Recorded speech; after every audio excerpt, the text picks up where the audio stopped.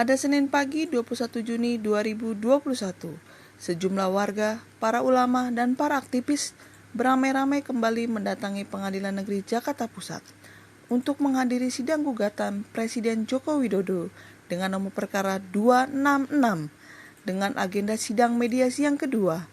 Tetapi sangat disayangkan, sidang yang dijadwalkan pada pukul 10 pagi ternyata harus mundur berjam-jam karena Hakim Pengadilan Negeri Jakarta Pusat telat datang, sehingga sidang mediasi baru dimulai pada pukul 15.30 sore.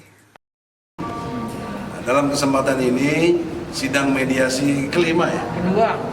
Enggak, maksudnya sidang yang kelima, tapi mediasi kedua. Itu telah disepakatilah dalam pengertian tanda kutip kita bersama untuk meminta aspirasi dari kita. Nah, untuk itu supaya publik tahu, saya minta koordinator advokat membacakan dalam apa yang kita sampaikan tadi di majelis hakim. Silakan Pak Ahmad. Baik, sebagaimana sudah saya bacakan tadi di dalam mediasi, tapi karena mediasi itu tertutup, namun substansi daripada apa yang menjadi aspirasi penggugat munisipal ini adalah substansi yang terbuka, maka kami sampaikan pada publik apa yang menjadi harapan dari para penggugat prinsipal.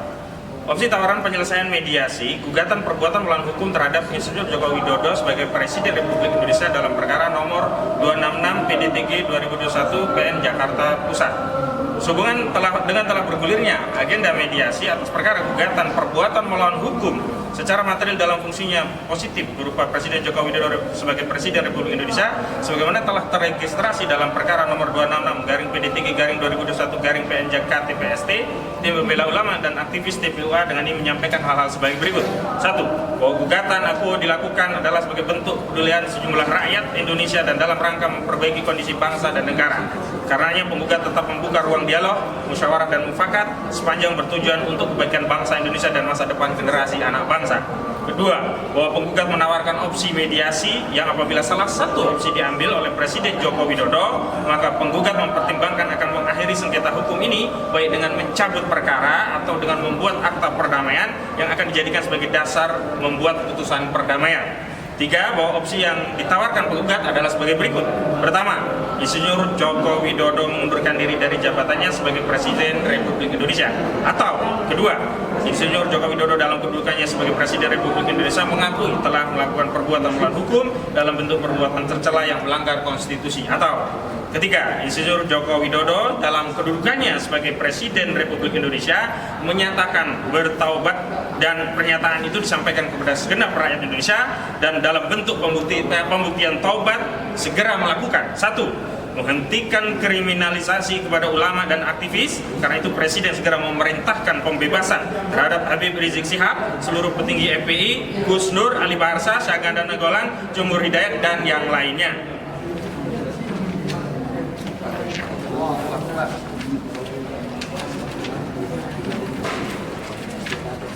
Saya lanjutkan.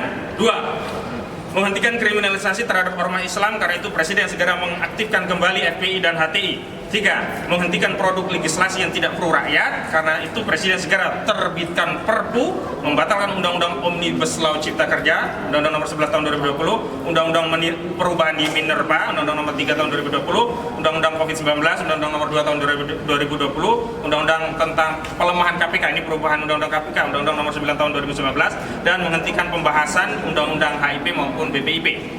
4. Memenuhi hak beragama bagi seluruh calon jamaah haji Indonesia. Oleh karenanya Presiden harus segera melakukan keseluruhan langkah dan ikhtiar yang dapat ditempuh, termasuk melakukan lobby terhadap otoritas Saudi agar calon jamaah haji Indonesia dapat menunaikan kewajiban yang merupakan bagian dari rukun Islam yang kelima. Demikian disampaikan. Terima kasih. Jakarta 21 Juni 2021, tim pembela ulama dan aktivis, Azamkan SH selaku Humas, Ahmad Kozinuddin SH selaku Koordinator Advokat, Profesor Dr. Haji Egy Sujana Mastal SH MSI selaku Ketua Umum, dan Damai Hari Lubis SH MH selaku Sekretaris Jenderal. Demikian, Bang. Ya, sekarang prinsipal, singkat jelas.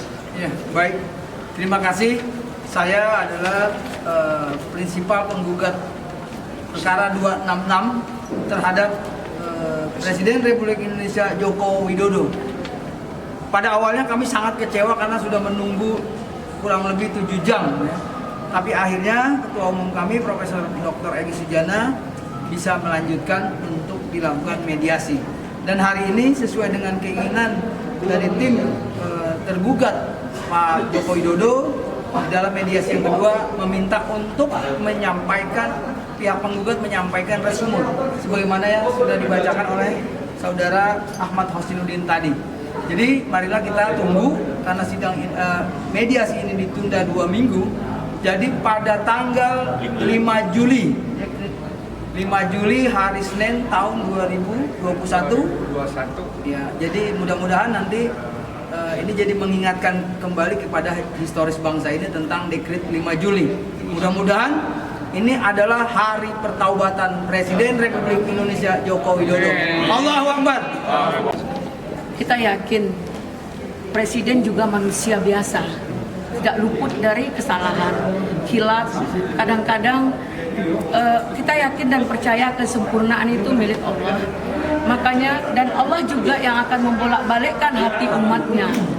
Dalam hal ini kita meminta apa yang disampaikan di dalam tuntutan damai tadi semoga tidak dinilai sebagai yang mengada-ngada atau sebagai merendahkan pihak Presiden. Karena di sini yang disampaikan itu adalah sebuah kewajaran. Presiden adalah pemimpin bangsa Indonesia. Bagaimana bangsanya sendiri harus sejahtera, aman dan damai. Saat ini kita sedang banyak persoalan. Mungkin Presiden tahu apa tidak. Makanya hari ini semua gugatan dan semua permintaan damai kami itu agar diperhatikan. Maksudnya direspon, diperhatikan, dan juga kalau bisa tolong dikabulkanlah permintaan ini demi keamanan, demi keselamatan, demi kesejahteraan bangsa Indonesia. Presiden tidak akan sanggup mengganti rugi penderitaan rakyat. Mungkin itu dari saya. Tambahan sedikit ya, singkat saja. Ada 5 orang yang mewakili Presiden selaku kuasa hukum.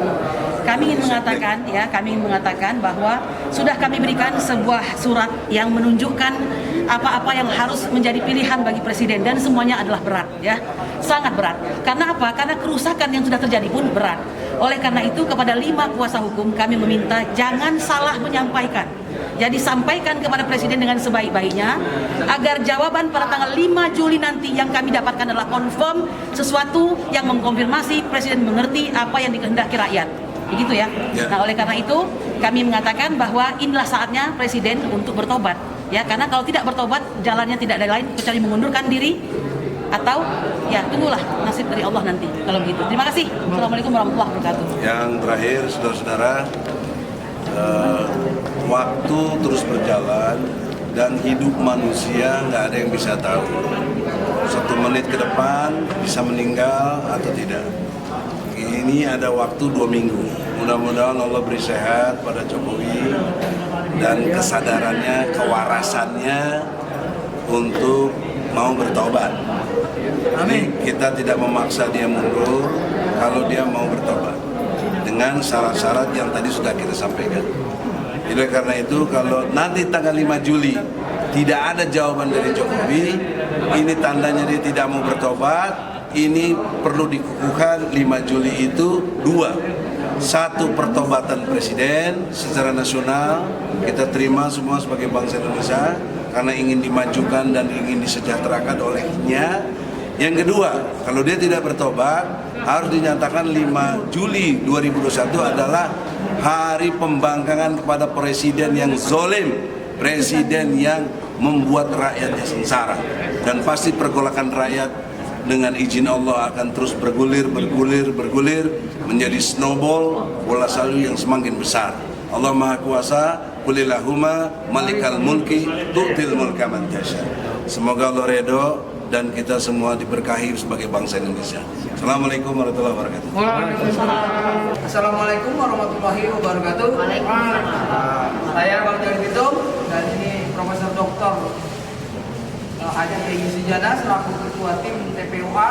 Kami para penggugat dan kuasa penggugat berterima kasih, alhamdulillah telah hadir di Jacindo News.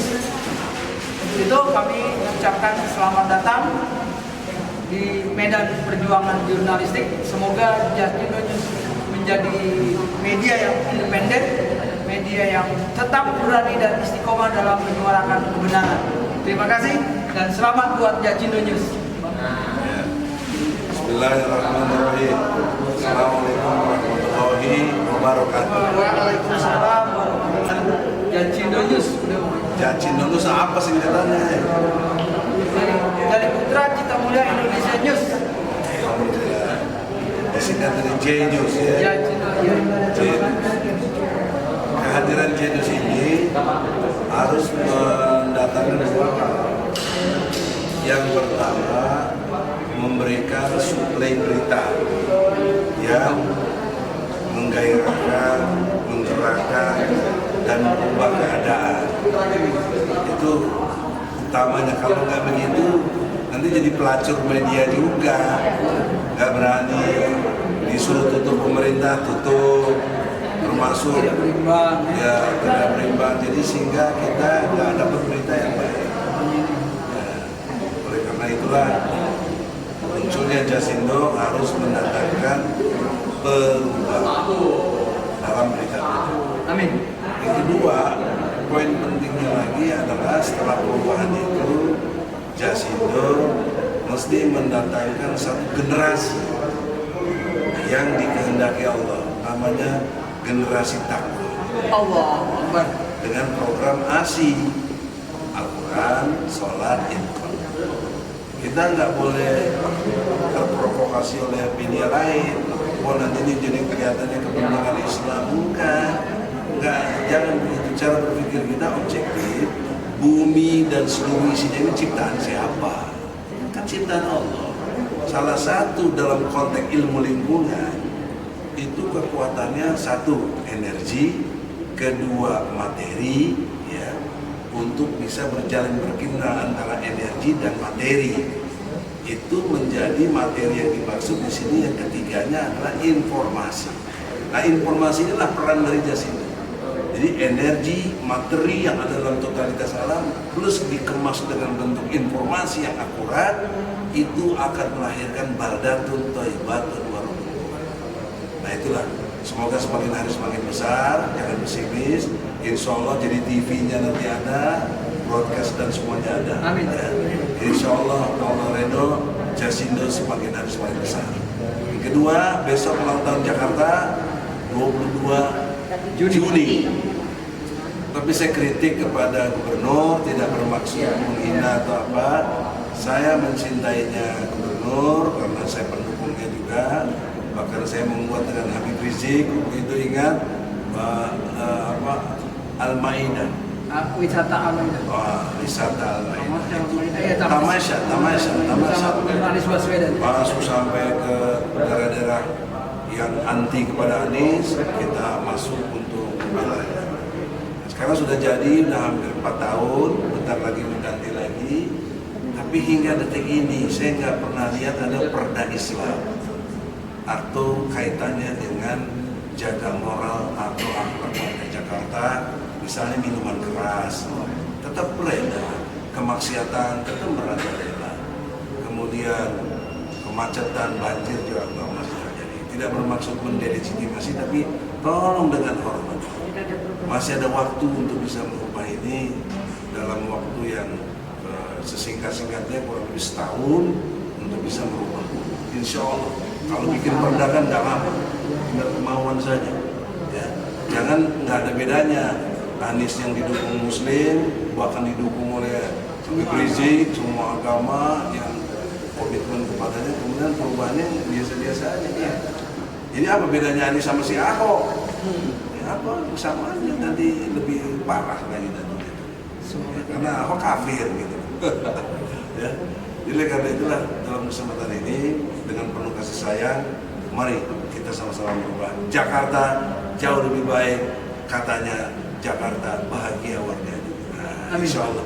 Assalamualaikum warahmatullahi wabarakatuh. Waalaikumsalam warahmatullahi wabarakatuh.